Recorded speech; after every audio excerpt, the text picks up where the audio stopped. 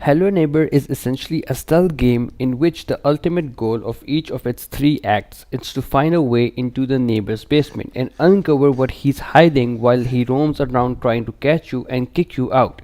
However, because the house floor's plan gets larger and more elaborate across each of the acts, it creates some pacing issues and a strange inverse difficulty curve where stealth is much harder to maintain. In the beginning, Act 1's modest cottage, for instance, was a pain to infiltrate due to the sheer lack of space between me and the neighbor. He was always particularly on top of me, and getting caught was very common. Even the cabinets to hide in and the ability to slow him down by throwing objects in his path, this served to really dull the tension.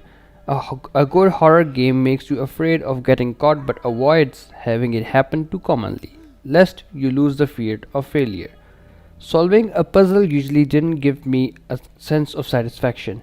The later two acts felt better from a stealth standpoint thanks to more room maneuver, but they feature some of the most bizarre and frustrating gets what I'm thinking puzzles since the days of the 90s adventure game boom.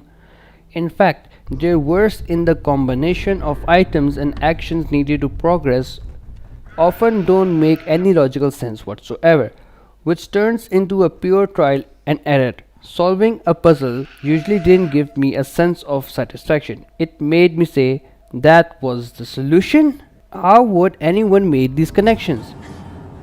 To give one example, I had to freeze a pool of water by putting a globe recovered from an obscure corner of the house, which was its own illogical adventure, in the neighbor's freezer on a completely different floor, then placing it on a random pedestal that definitely shouldn't work. Furthermore, reaching the final boss requires you to get a double jump ability that's hidden away in a secret area you're never encouraged to visit. And I spent about an hour trying to figure out how to access the area by other means. The arcane voodoo that underpins the world is never explained, and I frequently had to resort to community guides from the early access versions to figure out what to do so.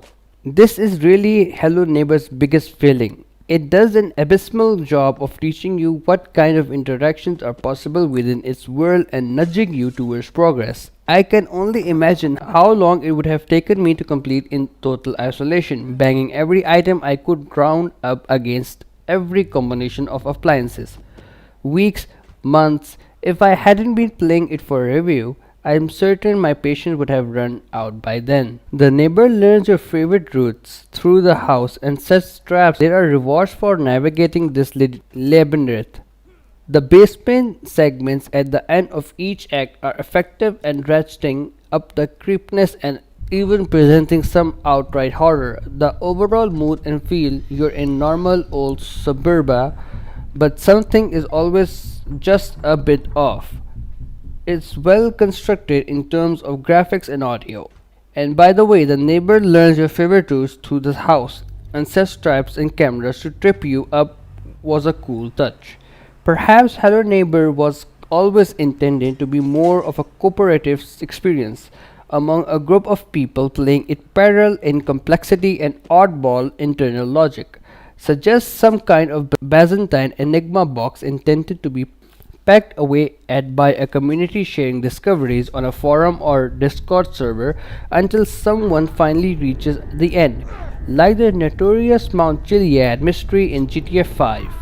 But if that's the case, anyone who hasn't already played it has missed the boat, as the puzzles have been solved ahead of release. They're all up on YouTube, and your chance of going into this as a solo experience and actually fishing out consulting outside sources are incredibly slim unless you have a tremendous well of patience and more than a little luck. Hello Neighbor is a frustrating slog through a gauntlet of illogical puzzles that rely on persistence and thoroughness, far more than cleverness, observation, and integrity.